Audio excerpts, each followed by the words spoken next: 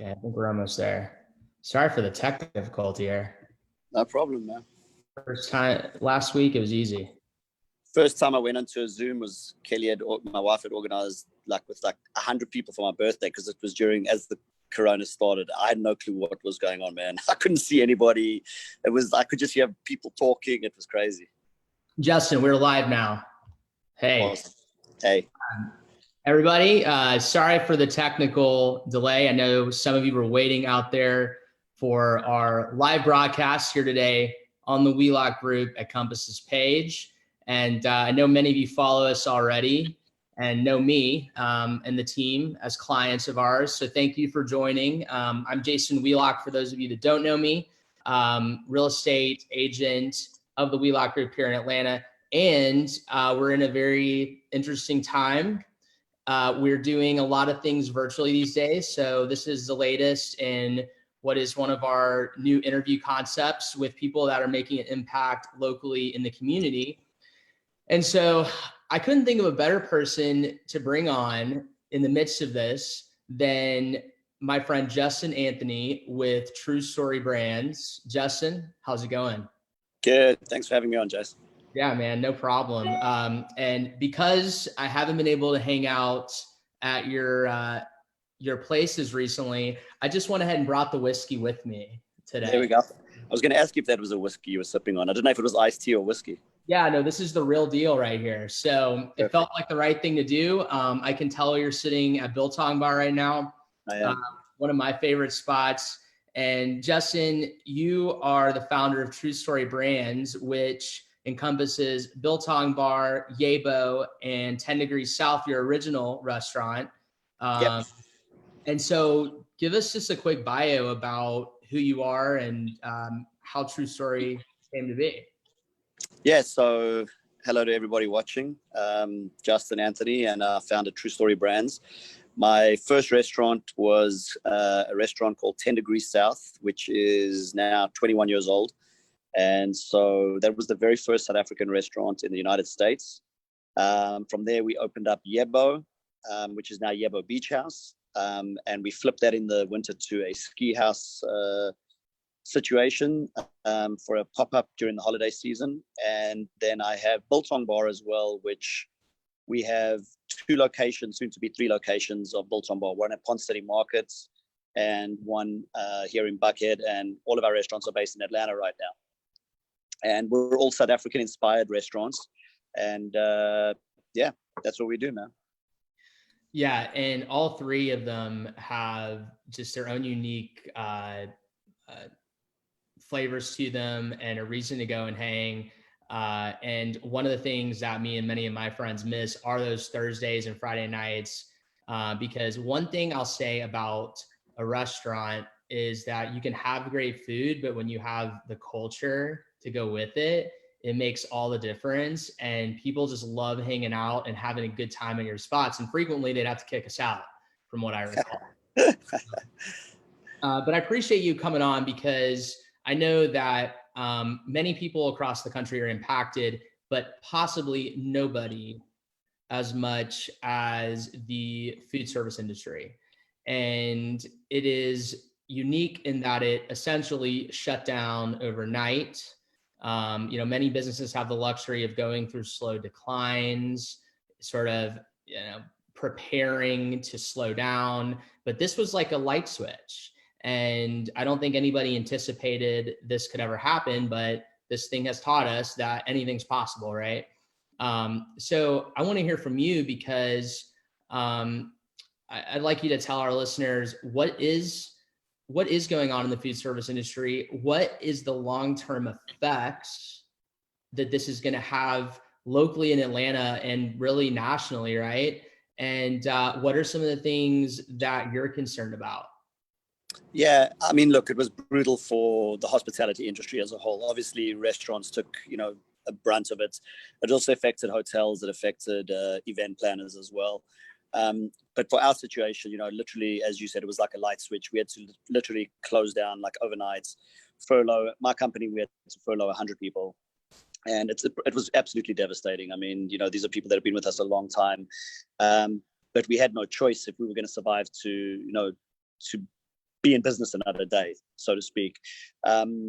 It's been very, very difficult. The first 2 weeks were very robotic for me personally. It was just kind of like long days, 18, 20-hour days of just trying to figure stuff out. It was kind of like Twilight Zone. Like if I think back, it was very unhuman or inhuman. Like it just didn't feel like real, if you will. It was very surreal for me personally, and it was just kind of spinning a lot of wheels trying to figure stuff out because we didn't know what was actually going on.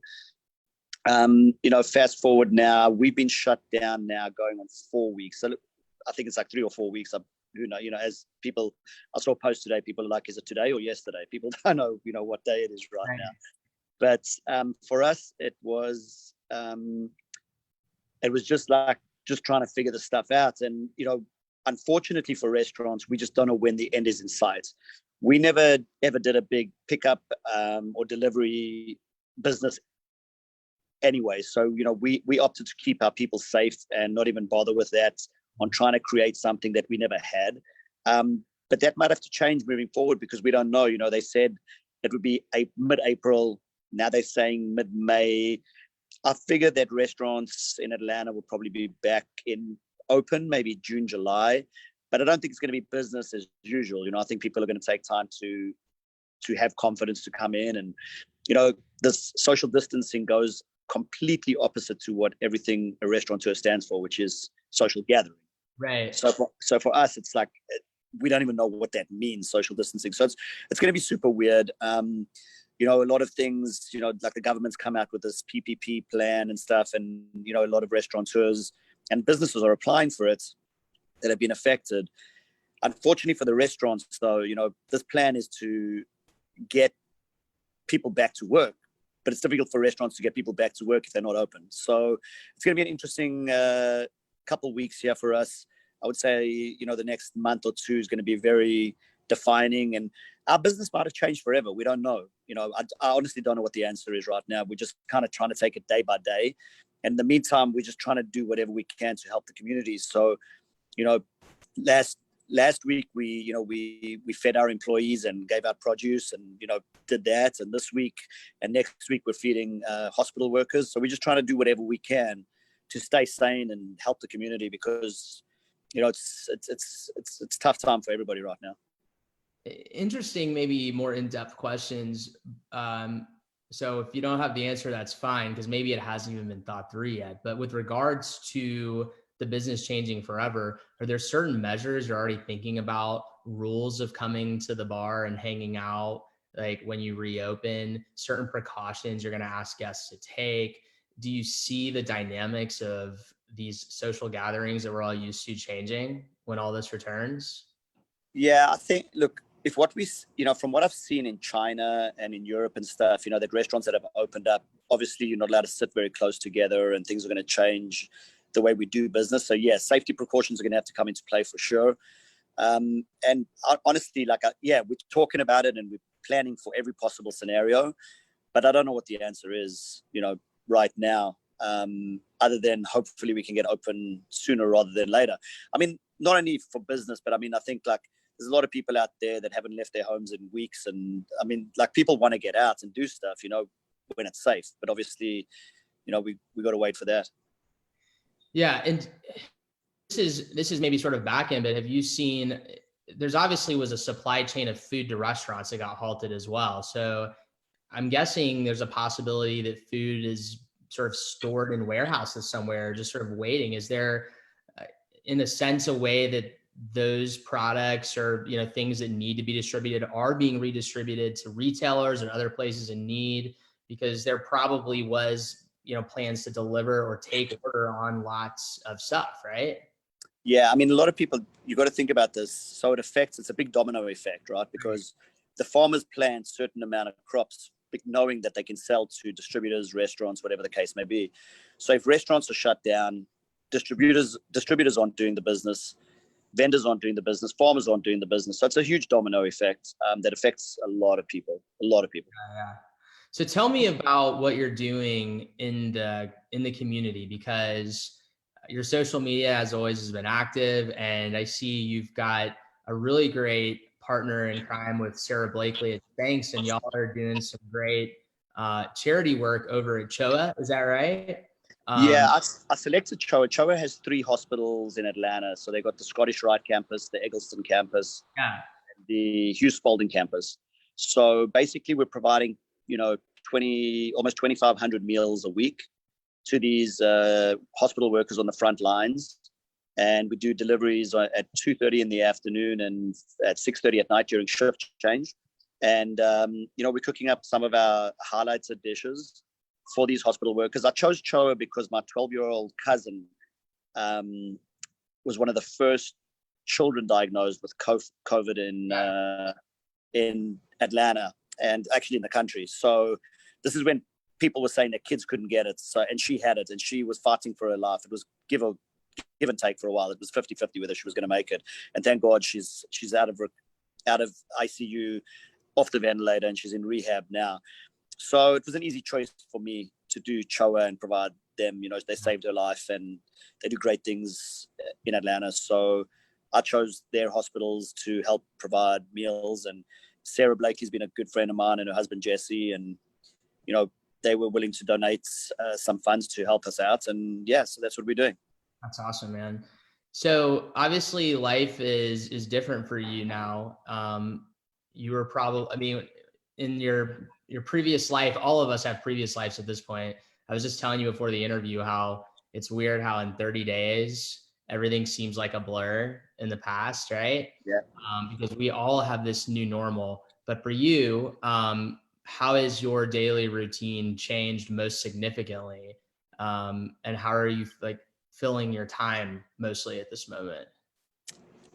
Man, I make a joke. It's like I've never worked so hard and spun my wheels so much to end up in the same place, really. Yeah. Because it's like the restaurant industry is pretty helpless right now, to be honest with you. So I've been very, very, very grateful that I've been able to supply this food for the hospitals, because it gives me something positive to do every day. I wake up, I can come into the restaurants with my chefs, and we cook up these meals, and I'm in the kitchen there with them, and it just feels good to do something positive in a crazy time. But my days have definitely changed. We had a huge strategy plan, growth plan for 2020.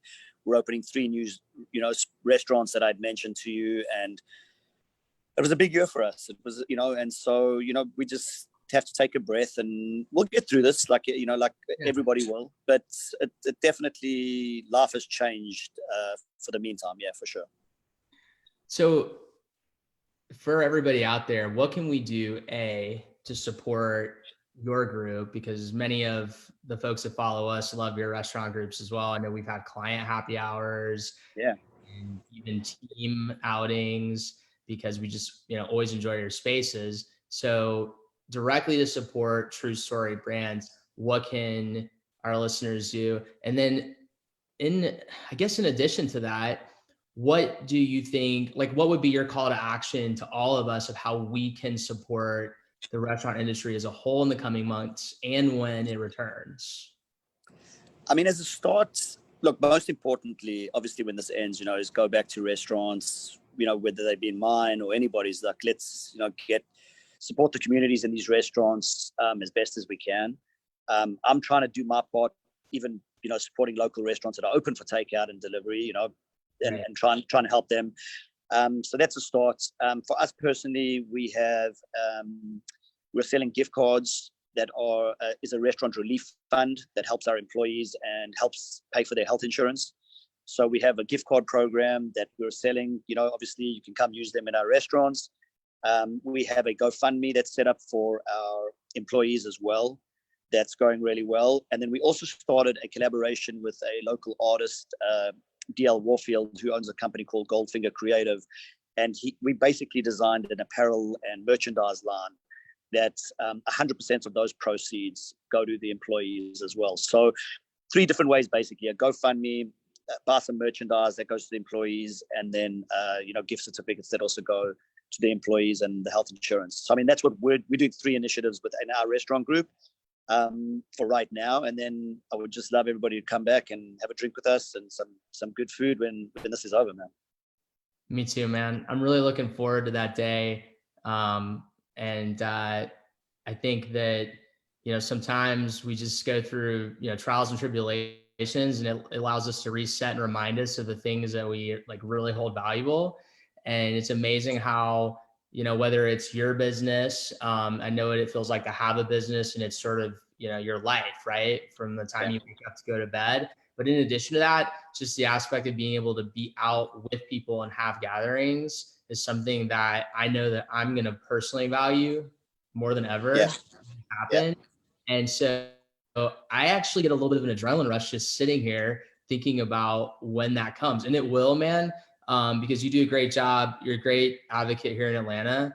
And listen, man, I'm going to be there the whole way. So send us those 3 links. Make sure we have them. We'll repost them to the page.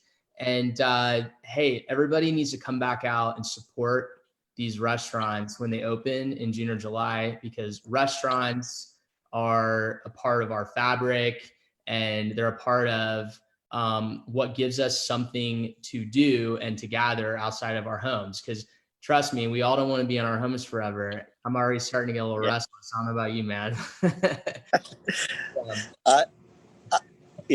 Fortunately for me, I've been working and doing a lot of cooking for a lot of people, so I've been able to get out the house. Yeah. Well, I appreciate you having you here on the page, man. And let us know if there's anything else we can do to support you. Thank you, man. I appreciate you having me on and introducing me to your people on that side. And thank you for everybody that came on. And I hope to see you guys in person soon. All right, everybody. So we'll save this to the page if you want to go back and rewatch. This was Justin Anthony, again, one of the best restaurateurs here in Atlanta of True Story Brands. That's Yebo Biltong Bar, 10 degrees south. If you haven't been there, it's a great opportunity to find a new place to hang out and have a drink. And what's the big sign say over at Biltong? Unfuck your day. Come on, fuck your day at Biltong Bar when they reopen, and hopefully by June or July. And in the meantime, if you want to ask us any questions about Justin or figure out a way to support him other than our links, and you're just ready to do so, email us at info@wielochgroup.com, and we'll be happy to send you more info as well. So, Justin, thank you. And thank you, brother. See you back there soon, all right? For sure. Thanks so much. All right, bye. All right.